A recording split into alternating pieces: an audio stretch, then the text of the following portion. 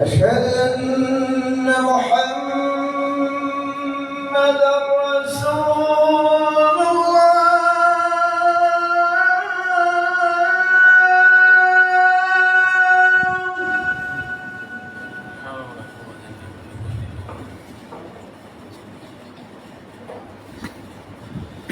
أشهد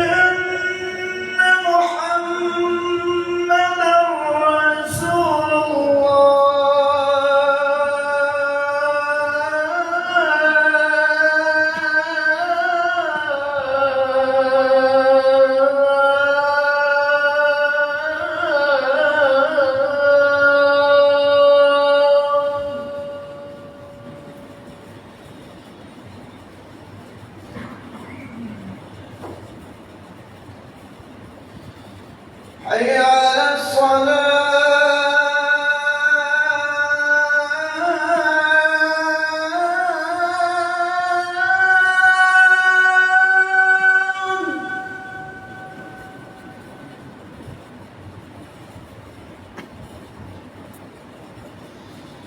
حي على الصلاة.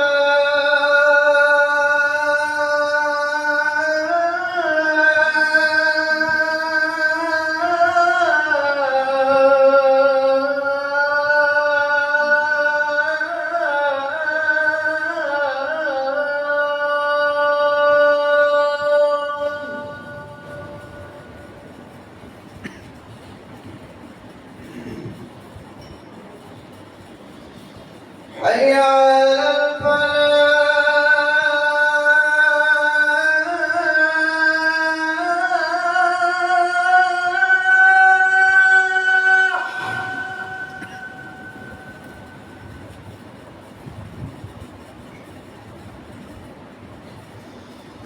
حي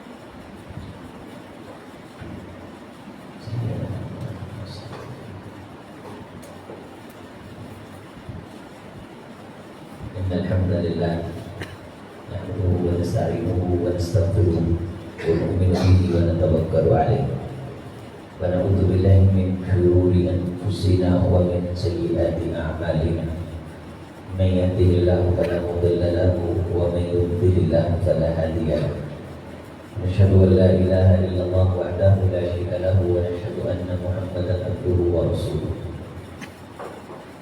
اللهم صل على محمد وعلى آل محمد كما صليت على إبراهيم وعلى آل إبراهيم إنك حميد مجيد اللهم بارك على محمد وعلى آل محمد كما باركت على إبراهيم وعلى آل إبراهيم إنك حميد مجيد رب اشرح لي صدري ويسر لي أمري واحلل عقدة من لساني يفقهوا قولي رب زدني علما سبحانك لا علم لنا إلا ما علمتنا إنك أنت العليم الحكيم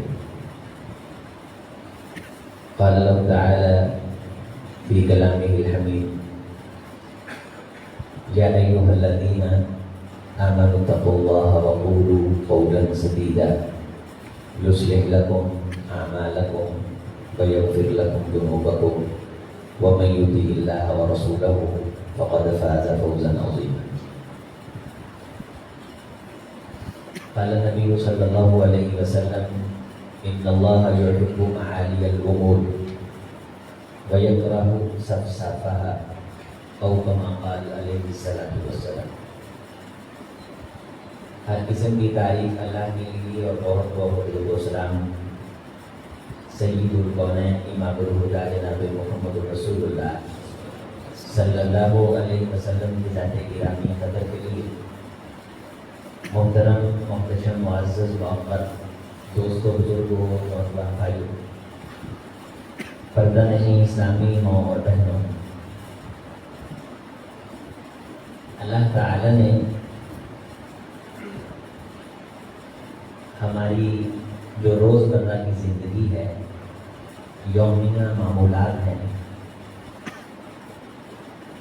انہیں گزارنے کے لیے آسمانوں سے رہنمائی نازل فرمائی ہے اور وہ ذات سب سے بلند ہے جسے ہم سبحان ربی الاعلی سبحان ربی العظیم سبح اسم ربک الاعلی ان آیات اور احادیث اور ادعیہ میں اس صفت سے پکارتے ہیں کہ اللہ تیری ذات تیری صفات بڑی اعلیٰ ہے. یقیناً وہ تعلیمات جو ہمارے لیے ہماری رہنمائی کے لیے ہماری راہبری کے لیے نازل ہوئی ہیں وہ تعلیمات بھی انسان کو مقام اور علویت عطا کرتی ہے انسان کو بلندی ملتی ہے اور اسلامی تعلیمات کسی بھی صورت اپنے ماننے والے کی کسی میدان میں بے عزتی نہیں کرتا کہ انسان یہ کہے کہ میں رسول اللہ صلی اللہ علیہ وسلم کی بات کو مان کے زندگی کے فلاں موقع پہ شرمندہ ہو گیا. کہیں ایسا نہیں ہوا آج تک جب سے رسول اللہ صلی اللہ علیہ وسلم دنیا سے گئے. آپ اپنی زندگی میں دیکھتے ہیں کہ کئی بار آپ کسی کے مشورے پہ عمل کرتے ہیں. آواز ٹھیک سی جنہوں نے شروع کی کیسے خود کا پڑے اور آواز ٹھیک سی آپ نے کسی کا کہا مانا اور واپس آ کے آپ نے کہا یار تیری بات پہ میں نے عمل تو کر لیا لیکن مجھے شرمندگی ہوئی. تیرے مشورے پہ میں نے عمل تو کر لیا لیکن مجھے خفت اٹھانی پڑی. جو تعلیمات حضرت رسول اللہ صلی اللہ علیہ وسلم نے اپنی امت کو دی ہیں زندگی میں آج تک کسی شخص نے وہ غیر مسلم بھی ہے یہ بات نہیں کی کہ وہ کسی دلیل سے یہ ثابت کر سکے کہ میں نے محمد رسول اللہ صلی اللہ علیہ وسلم کی بات پہ عمل کیا تو مجھے شرمندگی اٹھانی پڑی مجھے خفت اٹھانی پڑی. تو ہر میدان میں ہماری عزت اسی کی تعلیمات سے بنے گی جو کائنات میں سب سے زیادہ عزت والا انسان ہے. اور سب سے زیادہ عزت والے انسان کون ہیں؟ جناب محمد رسول اللہ صلی اللہ علیہ وسلم. اور اللہ کی ذات سب سے عزت والی ہے اور انسانوں میں اللہ نے اپنے رسول کو عزتیں عطا فرمائی اور اعلان کیا ہے الا ان العزت للہ ولرسولہ وللمؤمنین، خبردار ہو جاؤ، اس بات کو جان لو، سن لو، سمجھ لو کہ عزتیں ساری کی ساری اللہ کے لیے ہیں، اس کے رسول کے لیے ہیں، اور جو اللہ اور اس کے رسول پہ ایمان لاتا ہے، ان کی بات کو مانتا، سنتا اور قبول کرتا ہے، ساری کی ساری عزتیں اس کے لیے ہیں، اس کے لیے ذلت کہیں نہیں ہے، پریشانی کہیں نہیں ہے، شرمندگی کہیں نہیں۔ تو ہماری زندگی میں خیر لانے کے لیے، بہتریت لانے کے لیے، عزت لانے کے لیے، امپروومنٹ لانے کے لیے اللہ تعالیٰ نے ایک بہت بڑی پرسنالٹی مبعوث فرمائی، حضرت محمد رسول اللہ صلی اللہ علیہ وسلم۔ آپ صلی اللہ علیہ وسلم سے ہمیں روزانہ ہی رہنمائی ملتی ہے، اور جب سے حضرت رسول اللہ دنیا سے ہو کے گئے ہیں، تب سے لے کے آج تک دنیا آپ کی سیرت سے، آپ کے اقوال مبارکہ سے، آپ کے افعال طیبہ سے، آپ صلی اللہ علیہ وسلم کے فرمودات مبارکہ سے رہنمائی لے رہی ہے، روشنی دے رہی ہے۔ نبی صلی اللہ علیہ وسلم نے فرمایا کہ میں نے خواب میں اللہ کی زیارت کی، ترمذی شریف کی یہ حدیث ہے۔ تو جب میں نے اللہ تعالیٰ کی خواب میں زیارت کی، تجلی لی الامور، تو میرے لیے روشنیاں کی گئیں اور مجھے دنیا کے امور سمجھائے گئے، دنیا کے معاملات دکھائے گئے، حقیقتیں دکھائی گئی کہ اصل نظر کیا آتا ہے، حقیقت کیا ہوتی ہے۔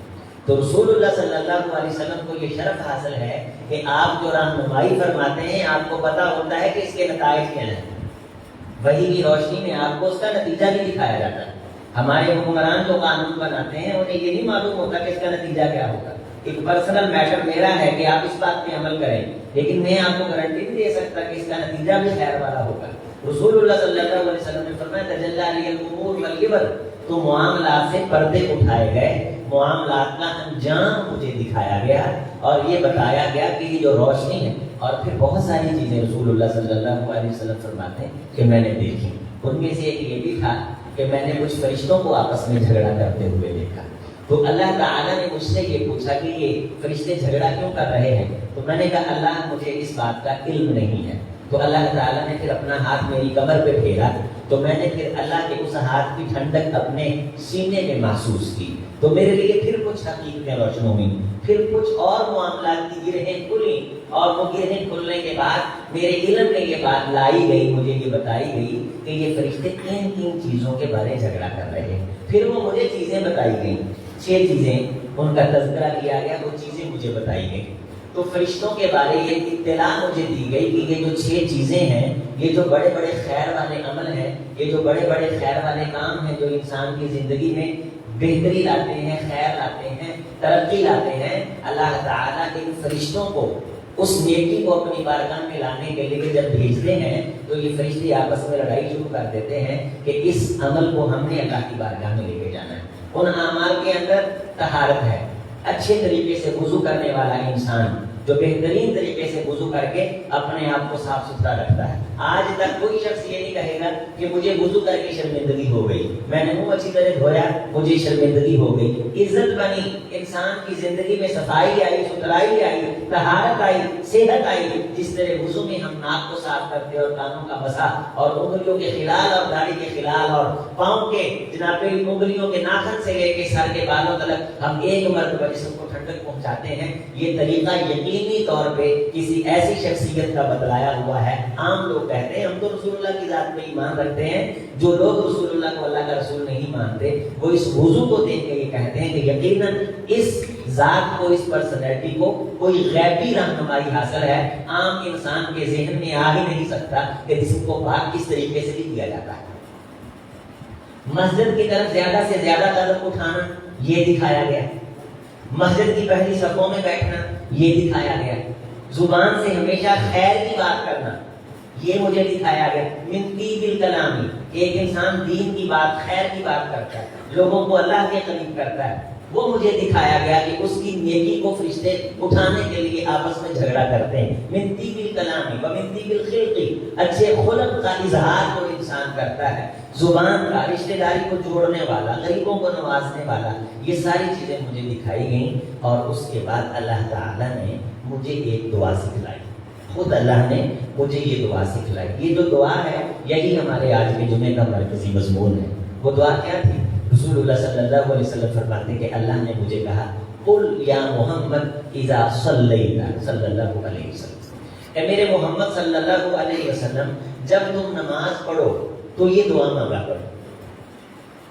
عام روٹین کے الفاظ بھی ہیں کہ کثرت سے یہ دعا مانگا کرو، اور یہ بھی ایک حدیث کے الفاظ ہیں قل یا محمد اذا صلیت، جب آپ نماز پڑھو تو آپ اس دعا کا اہتمام کرو۔ کون سی دعا؟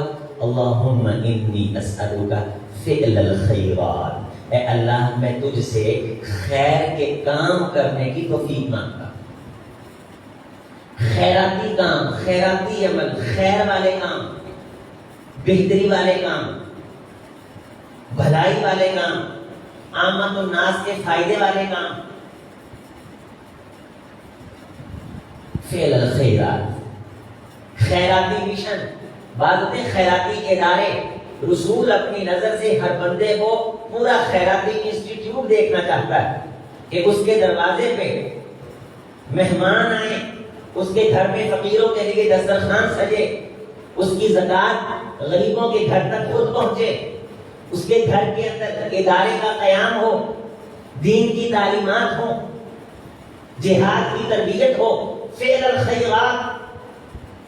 اے اللہ میں تجھ سے خیر کے کرنے کی توفیق مانگتا ہوں، وترک المنکرات، اور برائیاں چھوڑنے کی تجھ سے توفیق مانگتا ہوں کہ ہر وہ چیز جو تجھے ناپسند ہے میں اس سے دور رہوں اور وہ مجھ سے دور رہے، اور میں تیری معصیت اور نافرمانی سے ہمیشہ محفوظ و مامون رکھوں۔ اسألک، میں تجھ سے اس چیز کا سوال کرتا ہوں۔ وحب المساکین، کمزور طبقہ، مسکین طبقہ، مسکین اس کو کہتے ہیں کہ جو بندہ محنت پوری کرے لیکن اس کی پوری نہ پڑے۔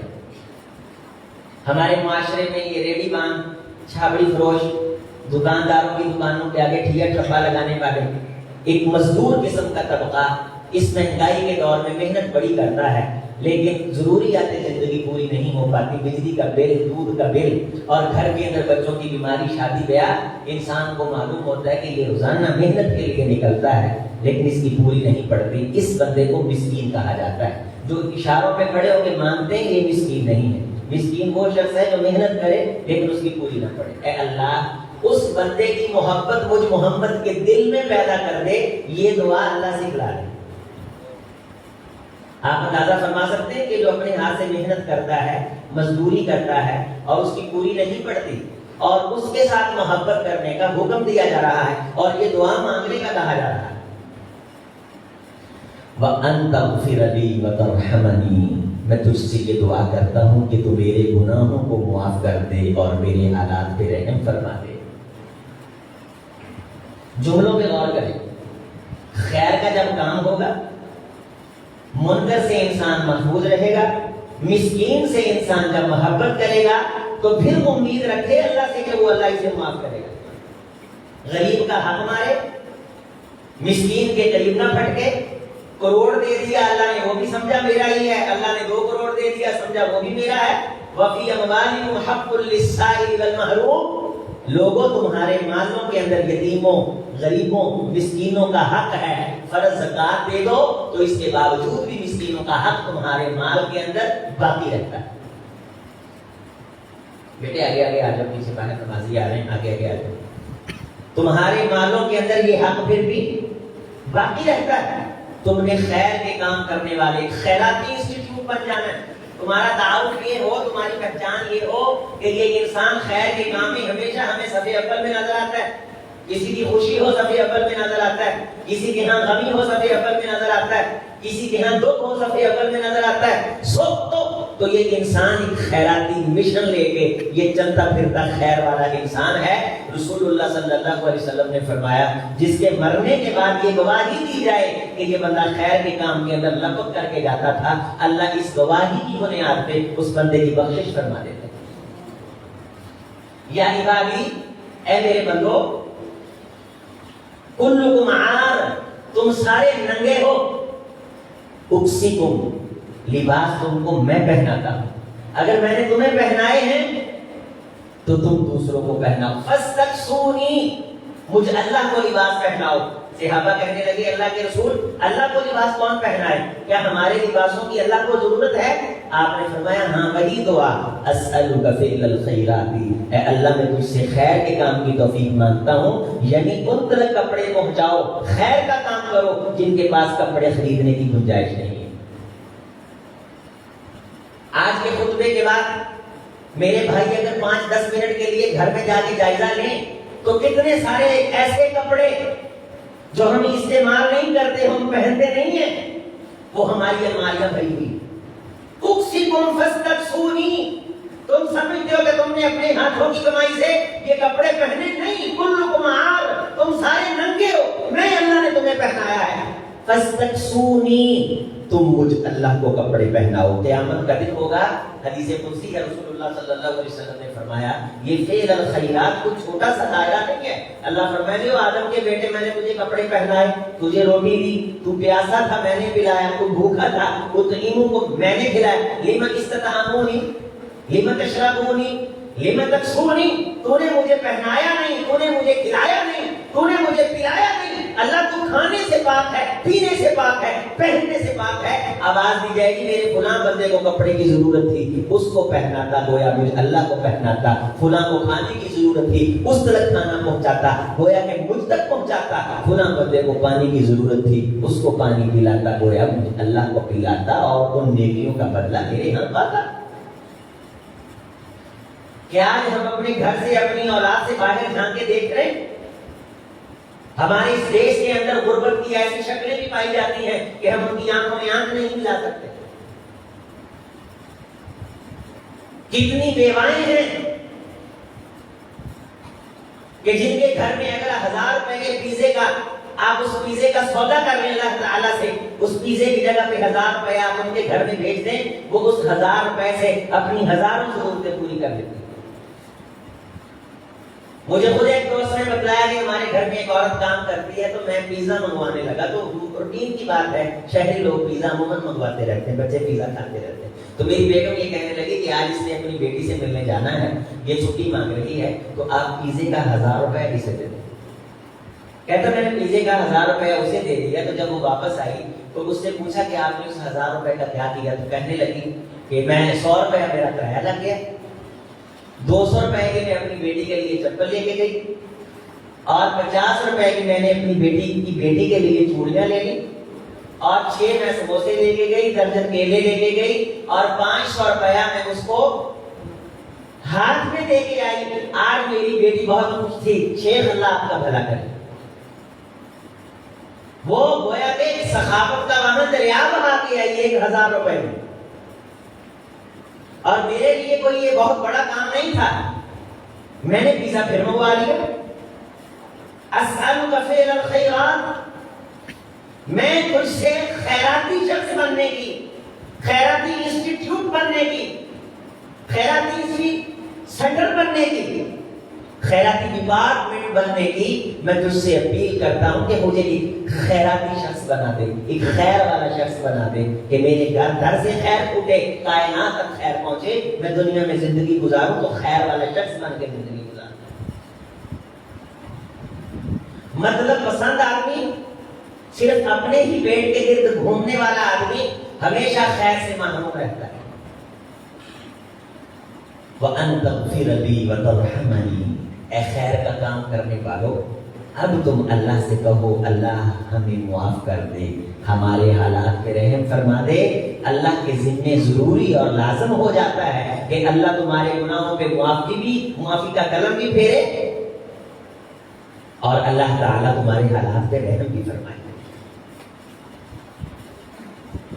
وَإِذَا أَرَدْتَ فِتْنَةً فِي قَوْمٍ فَتَوَفَّنِي غَيْرَ مَفْتُونٍ، جو دعا سکھلائی اس کے آخری جملے، اے اللہ جب تم لوگوں کو فتنے میں ڈالنے کا ارادہ فرما لے، شرک کا فتنہ ہو، بدعت کا فتنہ ہو، دنیا کے مال کا فتنہ ہو، اولاد کا فتنہ ہو، بیوی بچوں کا فتنہ ہو، دنیا کی آرائش زوائش کا فتنہ ہو، فحاشی قریانی کا فتنہ ہو، میڈیا کا فتنہ ہو، دجل ہو، بیماری ہو، کوئی نہ کوئی وبا، کوئی فتنہ ہو، جب بھی کائنات فتنے کے اندر مبتلا ہونے لگے تو میں تجھ سے یہ دعا مانگتا ہوں کہ مجھے تو اس فتنے میں محفوظ ہونے سے پہلے، ایک فتنے کے اندر ملوث ہونے سے پہلے، ایک فتنے کے اندر مبتلا ہو کے میرے ایمان کی کسی شاخ پہ دراڑ آئے اور ایمان کی کسی برانچ کے اوپر جناب علی زوال آئے، آسودگی آئے، اس سے پہلے تو حالت ایمان میں مجھے جنت کا مہمان کر دے۔ یہ چیزیں ممکن ہیں، لیکن اس سے پہلے کے جو الفاظ ہیں ان پہ غور کیا جانا بڑا ضروری ہے۔ اکیلی دعا جملوں کے لیے نہیں ہوتی، عمل کے لیے ہوتی ہے۔ جب رسول اللہ سے یہ دعا کرتے ہیں اللہ مجھے خیر کے کام کی توفیق دے دے، تو کیا رسول اللہ صلی اللہ علیہ وسلم خیر کا کام نہیں کرتے تھے؟ یہاں عوام نے سمجھ رکھا ہے اکیلا وظیفہ کریں گے تو جیب میں پیسوں سے بھر جائیں گے، ایسے نہیں ہوتا۔ سب سے زیادہ تاثیر والی زبانیں صحابہ کرام رضوان اللہ علیہ مجمعین تھی۔ صحابی رسول کو دیکھا کہ اللہ کے رسول کے پاس آیا، کہنے لگا اللہ کے رسول یہ گناہ شخص امیر ہے، اس سے میری مدد کروا دیجیے۔ آپ صلی اللہ علیہ وسلم نے اسے وظیفہ بتلایا، آپ نے اسے کام سکھلایا، ساتھ میں وظیفہ بتلایا۔ سیدہ فاطمہ رضی اللہ تعالی عنہ غلام لینے کے لیے آئی، وظیفہ بتلایا اور ساتھ کہا بیٹی جا کے چکی پیس، اللہ اس وظیفے کی برکت سے تیری تھکاوٹ اتارے گا۔ محنت کروائی، کام کروایا۔ جو دعا ہم اللہ سے مانگتے ہیں، ہم کہیں ایاک نعبد و ایاک نستعین اور سجدہ کریں غیر کے در پہ، یہ توحید نہیں۔ تیری ہی عبادت کرتے ہیں، تجھ ہی سے مدد مانگتے ہیں، پھر عبادت اللہ کی کرنی بھی ہے۔ جب اللہ سے خیر کے کام کی اپیل کرنی ہے تو خیر کا کام کرنا بھی ہے، جب برائی سے بچنے کی درخواست کرنی ہے تو برے کام سے بچنے کی کوشش بھی کرنی ہے۔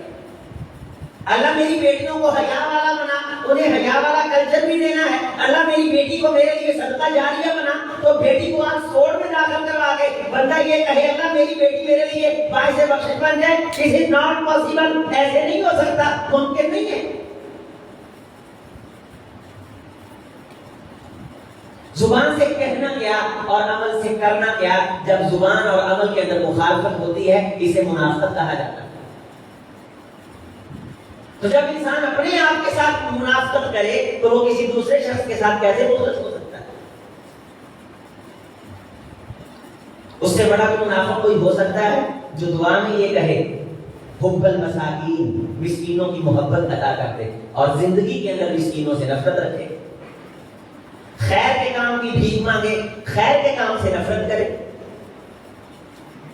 برائی سے پناہ مانگے، گھر جاتے ہی برائی کا ٹیشن لگا دے، گانے لگا دے۔ نبی صلی اللہ علیہ وسلم نے فرمایا دو آوازیں جن پہ ہمیشہ لعنتیں برسنی ہیں، ایک خوشی کے موقع پہ گانے کی آواز ہے اور دوسری غمی کے موقع پہ نوحے کی آواز ہے۔ ان دونوں آوازوں پہ ہمیشہ اللہ کی لعنتیں برسنی ہیں۔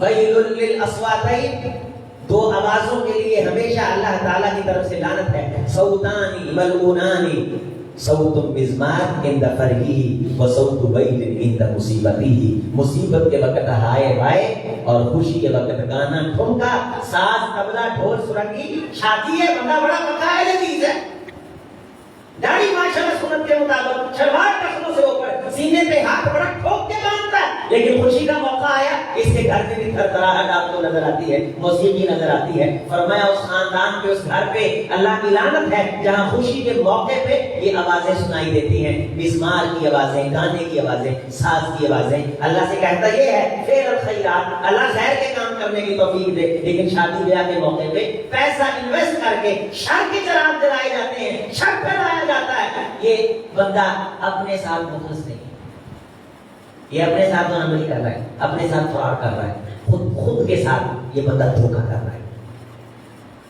ان سارے دھوکوں سے اللہ ہمیں نکال دے گا قیامت کے دن۔ ہنالک تبلو کل نفس ما اسلفت، قیامت کے دن تم دھوکوں سے نکل آؤ گے، تمہیں پتہ چل جائے گا تم ہاتھوں سے کمائی کیا کر دیا ہے۔ وَرُدُّوا إِلَى اللَّهِ مَوْلَاهُمُ الْحَقِّ، تمہیں پھر حقیقی مولا کی طرف پلٹایا جائے گا، وہاں ہر چیز کی تمہارے سامنے جانچ پڑتال کر کے رکھ دی جائے گی، تم کہتے کیا تھے، تم کرتے کیا تھے۔ رسول اللہ صلی اللہ علیہ وسلم نے غیر مخلص شخص کی جو نشانیاں بیان فرمائی ہیں ان میں سے ایک نشانی یہ بھی ہے جو کہتا ہے وہ کرتا نہیں۔ اس دعا کو سمجھیے کہ خواب میں اللہ کا آنا اور رسول اللہ کو یہ دعا سکھلانا کوئی چھوٹی عظمت کی بات نہیں. اس کی اہمیت کو جانیے. اس وقت ہمارے پاس جتنا احادیث کا ذخیرہ موجود ہے ان تمام تر ذخیرہ ہے احادیث میں یہ صرف ایک دعا ہے جس کے بارے میں رسول اللہ نے فرمایا کہ مجھے خواب میں آ کے اللہ نے یہ دعا سکھلائی. اللہ تعالیٰ فتنے سے اس بندے کو محفوظ فرمائے گا جس کا قول اور فعل کہا اور کیا برابر ہوگا. وَأَسْأَلُكَ حُبَّكَ وَحُبَّ مَن يُحِبُّكَ. اور پھر یہ سوال کر کے اللہ میں تجھ سے تیری محبت کی بھیک مانگتا ہوں اور ہر اس شخص کی محبت چاہتا ہوں جو تجھ سے محبت کرتا ہے. ہمارے آئیڈیل کون ہیں؟ ہم کنہیں پسند کرتے ہیں؟ ہمارے بچے کنہیں پسند کرتے ہیں؟ ہمارا معاشرہ کس طرف جا رہا ہے؟ فیشن انڈسٹری آئے دن ہماری نسل نو کو ننگا کرنے کے لیے ایسے ایسے فیشن لانچ کر رہی ہے کہ کپڑے سے آدم کی اولاد کو محروم کر دی ہے. آزادی اظہار رائے کے نام پہ، پیسے کے نام پہ، نمود اور نمائش کے نام پہ ہماری بچیوں کے سر سے اس تہذیب نے کپڑا کھینچ لیا ہے. تہذیب کو ہے پھر مار کا روح و بدن پیش. ابلیس نے پھر اپنے درندوں کو ابھارا. اللہ کو پامر دیے مومن کے بھروسہ، ابلیس کو یورپ کی مشینوں کا سہارا. جی دنیا میں جینے کے لیے یہ بڑا ضروری ہو گیا ہے. یہ شیطانی سارے کے سارے لالچ اور شیطانی عذر قرآن کی آیت ہے وَضَلَّ عَنْهُمْ مَا كَانُوا يَفْتَرُونَ. یہ اپنے آپ کو بچانے کے لیے جتنے جھوٹ گھڑ کے خود کو باطل سہارے دیتے تھے، قیامت کے دن یہ سارے عذر، یہ سارے جھوٹ ان سے گم ہو جائیں گے، ان کی زبانیں گم ہو جائیں گی. اللہ کے ہاں اپنے اس ننگے پن کو صحیح ثابت کرنے کے لیے ان کے پاس کوئی دلیل نہیں ہوگی.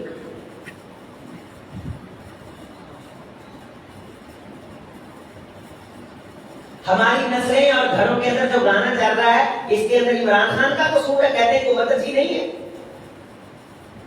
کئی سال ہو گئے آپ بہنوں سے ملنے کے لیے نہیں گئے، حکومت کا قصور ہے. آپ کے بچوں کو غسل کا طہارت کا طریقہ نہیں آتا، اس میں کس کا قصور ہے؟ بچے ساری ساری رات کہاں رہتے ہیں؟ شب رات کا موقع ہو، عید کا موقع ہو، بیاہ کا موقع ہو، اپنی اولاد کے لباس میں کبھی غور تو کرو. ہم اکیلے مدارس والے کیا کر سکتے ہیں جب تک والدین ساتھ تعاون نہ کرے، معاشرہ ساتھ تعاون نہ کرے؟ اہل حدیثوں نے یہ فیشن بنا لیا ہے کہ سیر ہمیشہ ننگا ہی رکھنا، توہین سمجھ دینے سے ڈھکنا. رسول اللہ صلی اللہ علیہ وسلم نے ساری زندگی ساتھ ڈھانپ کے رکھا ہے. صدیق اکبر نے ساری زندگی ساتھ ڈھانپ کے رکھا ہے. عمر فاروق نے ساری زندگی ساتھ ڈھانپ کے رکھا ہے. عثمان ذی النورین نے ساری زندگی ساتھ ڈھانپ کے رکھا ہے. علی المرتضیٰ نے ساری زندگی ساتھ ڈھانپ کے رکھا ہے. عشرہ مبشرہ نے ساری زندگی ساتھ ڈھانپ کے رکھا ہے. فعل الخیرات، خیر کا کام کرنے کی توفیق دے. اسألک حبک و حب